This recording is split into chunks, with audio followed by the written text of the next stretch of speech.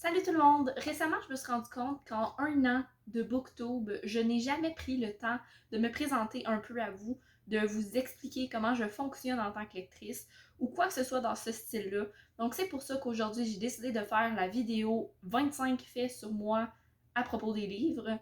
Mais puisque j'ai pas trouvé 25 faits, bon, en me creusant un peu la tête, j'aurais sûrement pu, mais ça me tentait pas. J'en ai 22 à vous présenter, donc sans plus tarder, on rentre dans le vif du sujet. Je dis souvent que j'aime pas mal tous les types littéraires, sauf l'horreur, mais pour être totalement franche, j'ai quand même un petit lien de préférence avec tout ce qui est imaginaire, donc SFFF. Il y a juste quelque chose entre moi et ce type de lecture qui fonctionne, qui est là depuis le tout début, et je pense que ça vient du fait que quand j'étais plus petite, mon père me lisait à tous les soirs un chapitre d'un roman, et c'était tout le temps du SFFF, tout simplement parce que mon père est très donjon, dragon and stuff. Je suis une grande fan de relecture. Pour moi, les relectures, c'est un tout autre univers dans le monde de la lecture. Et c'est quelque chose qui me fait vraiment du bien. Je trouve que ça me permet de revivre certaines choses, de redécouvrir certaines choses aussi, parce que c'est jamais vrai qu'à la première lecture, on comprend tout. Puis, ben c'est ça, ça me permet de revoir des nouvelles affaires, de revivre des émotions, de enjoy un moment. C'est une mini-thérapie aussi pour moi parce que, ben, on s'entend que je relis jamais des livres que j'ai pas aimés, là. Je me fais pas souffrir quand même. Mais voilà, donc très très important pour moi les relectures. J'en suis très friande et il y a toujours un petit moment où je vais en faire une coupe durant l'année. J'aime quand même ça, les des non-fictions, mais ça reste que si j'en lis une par année, c'est vraiment bien. Quand j'étais au secondaire, donc entre mon secondaire 3 et mon secondaire 5, j'ai rencontré plusieurs auteurs. Mais quand je vous dis plusieurs, c'est une bonne dizaine, parce que je faisais partie d'un concours d'écriture dans ma région scolaire. Et j'ai jamais compris la chance que j'avais eue à ce moment-là de rencontrer tous ces auteurs-là, de recevoir tous leurs conseils d'écriture, leurs expériences. J'avais pas compris à ce moment-là qu'est-ce qui se passait dans ma vie. Et je vous dirais qu'aujourd'hui, je regrette de ne pas avoir plus profité de ce moment-là, de ma vie, puis de ce qui m'était offert. Je dis tellement souvent que je n'aime pas le théâtre, que j'aime pas lire du théâtre, et pourtant, dans la dernière année, toutes les pièces de théâtre que j'ai lues, je les ai aimées. Je vous dirais que j'ai eu un très très bon prof de littérature, mais que j'ai aussi appris des petits trucs qui m'aident à lire du théâtre. Souvent, mon problème, c'était que j'avais de la misère à accrocher à l'histoire, puis tout, je perdais le fil parce que c'est pas une écriture semblable à un roman. Mais finalement, j'ai juste réussi à me trouver des petits trucs, puis ben, maintenant, ça va très bien, puis j'apprécie vraiment, vraiment, vraiment beaucoup lire du théâtre. Même si j'adore être sur les réseaux sociaux littéraires parce que ça me permet de partager à 100 000 %, il y a quand même des petits trucs qui me dérangent, fait que voici mon petit palmarès. Donc, premièrement, les gens qui spoilent sans avertir, des trucs vraiment spoilants. Tu sais, c'est pas juste une petite affaire que tu t'en es pas rendu compte parce que ben, dans ta tête, c'était pas si pire que ça. Finalement, ça spoil vraiment l'intrigue. C'est le genre d'affaire que c'est obvious, là, que ça spoil, puis t'avertis zéro. Pourquoi vous faites ça, les gens? Pourquoi? Ça fait chier. Deuxièmement, les gens qui mettent genre de la pression pour lire un livre parce qu'il est hypé, parce que peu importe. Non, la lecture, c'est supposé être le fun. Puis trois, ça va un peu dans le même style, mais les gens qui shame ceux qui n'ont pas aimé un livre, souvent ça parle des livres hypés, mais qui n'ont pas aimé ou qui ne veulent pas lire un livre. Sorry, mais j'ai le droit de ne pas vouloir lire un livre. Je connais mes propres raisons. Puis ben si j'ai pas aimé un livre, c'est juste parce que ça allait pas dans mes cordes, ça allait pas dans mes goûts. Puis c'est bien correct. Les goûts et les couleurs, ça ne se discute pas. J'ai tellement de réactions quand je lis. C'est incroyable. Et pour ça, mes vlogs lecture sont très très très peu représentatifs parce que j'ai l'impression que je suis tout le temps poker face quand je fais des vlogs lecture. Et pourtant, j'ai tellement de réactions pendant que je lis, autant verbales que faciales. Et des fois, ça peut causer des petits moments malaisants en public. Même, je vous dirais, quand je suis chez nous avec mes parents, puis qu'ils me surprennent à juste éclater de rire pour aucune raison. Celle-là est un peu particulière parce que je vais vous dire une affirmation, mais en même temps, ça fait 2 ans que je l'ai pas fait. Mais j'essaye de lire à chaque année Le Petit Prince et il y a une raison à ça. C'est que quand je faisais mes cours de conduite, j'ai un professeur, mais c'est lui que j'ai eu pour toute ma partie théorique, et qui aimait beaucoup la lecture, donc on jasait par-ci par-là, c'est le fun, c'était quelqu'un qui aimait la lecture. Et un moment donné, il m'a dit qu'il considérait que Le Petit Prince, c'était un livre qu'on devrait lire à chaque année. Puis j'étais comme, hey, c'est pas fou comme idée.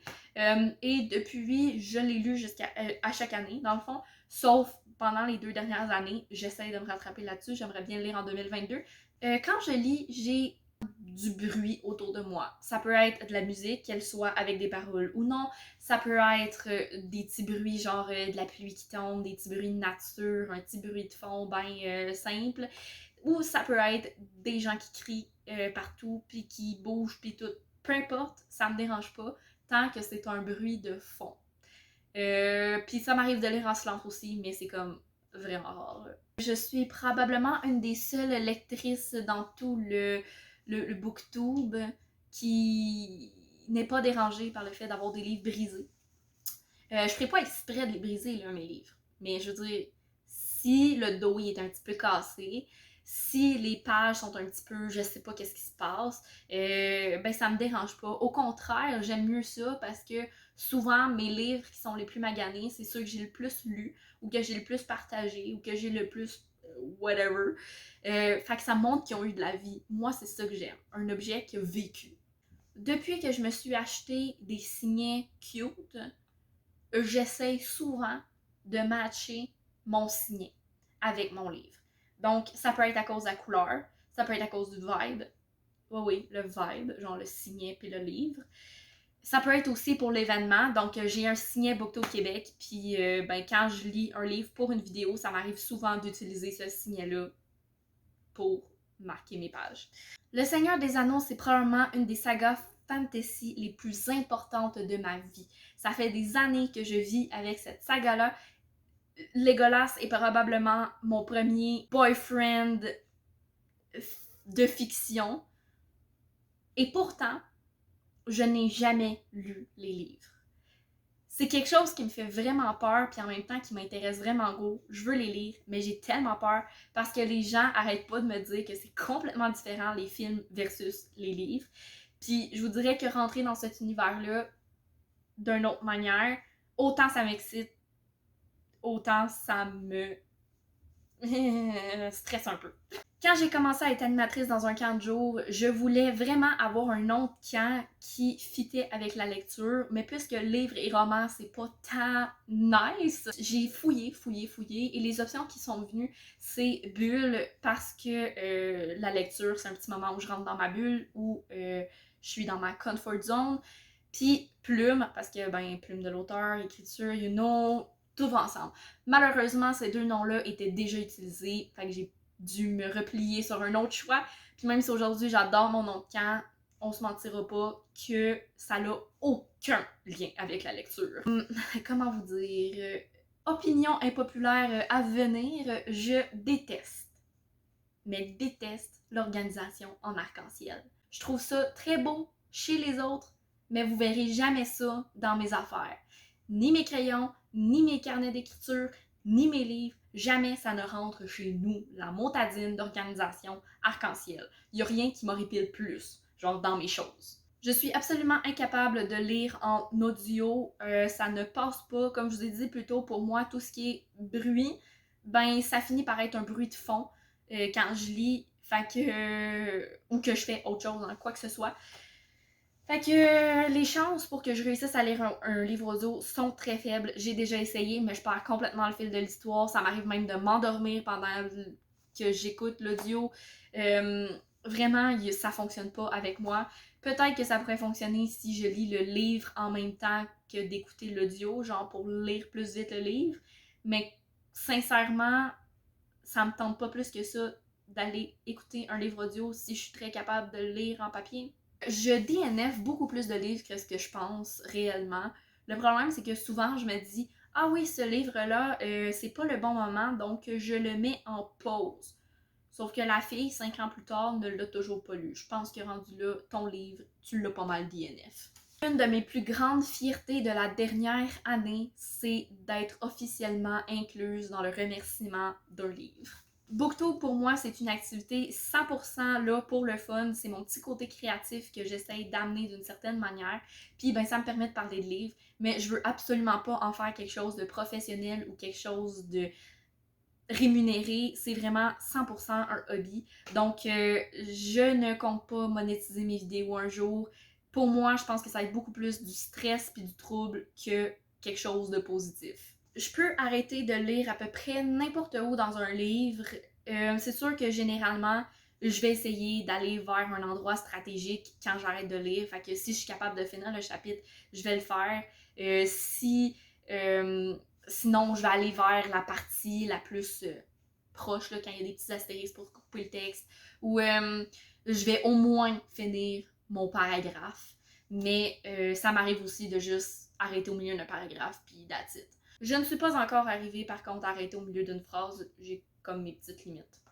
L'endroit où je préfère lire dans tout l'univers, même s'il y en a beaucoup, c'est définitivement mon lit. La seule affaire, c'est que quand je lis dans mon lit, tu peux me perdre pendant une éternité. Je n'existe plus, je suis dans ma grotte. Donc, ça arrive vraiment souvent que ma famille ne me voit pas pendant des jours, sauf si ils réussissent à me pogner le petit moment où je m'en vais chercher de la nourriture.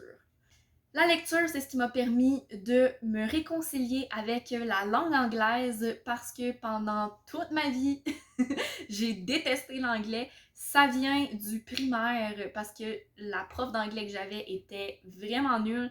Fait que j'ai jamais réussi à avoir un bon niveau. Quand je suis arrivée au secondaire, j'étais en anglais enrichi, donc tout le monde autour de moi était quand même bon, presque bilingue. Et moi, j'étais une tarte. Donc, vu que j'étais pas bonne, j'aimais pas ça. Vu que j'aimais pas ça, je m'efforçais pas. Et ça faisait un gros cercle vicieux qui tournait en rond et qui faisait que je m'améliorais jamais en anglais. Puis il n'y a jamais aucun professeur qui a réussi à me ramener à apprécier cette langue-là. Finalement, c'est quand j'ai été obligée de lire un livre en anglais pour mon plaisir personnel, c'était pas un livre d'école, que j'ai vraiment réussi, que je me suis forcée, que j'ai réussi, puis depuis ce temps-là, ben, je lis en anglais, j'écoute plus de vidéos, puis ben, je me suis réconciliée avec la langue anglaise. Et finalement, dernier fait sur moi, j'aime vraiment pas ça expliquer qu'est-ce que je suis en train de lire. Mes résumés sont tout le temps vraiment pas bons. Fait que quand quelqu'un me demande « Hey, t'es en train de lire un livre, c'est quoi? » Ben souvent je vais dire « C'est un livre ». Donc voilà, c'est tout pour la vidéo. J'espère que tu as aimé ça, en apprendre un peu plus sur moi. Si c'est le cas, n'hésite pas à liker la vidéo, commenter tes impressions sur moi et n'hésite pas aussi à t'abonner à la chaîne pour plus de vidéos sur la lecture. N'oublie pas non plus d'activer la petite cloche pour être sûr de manquer aucune notification. Sur ce, je te souhaite une excellente journée et je te dis à la prochaine. Bye bye!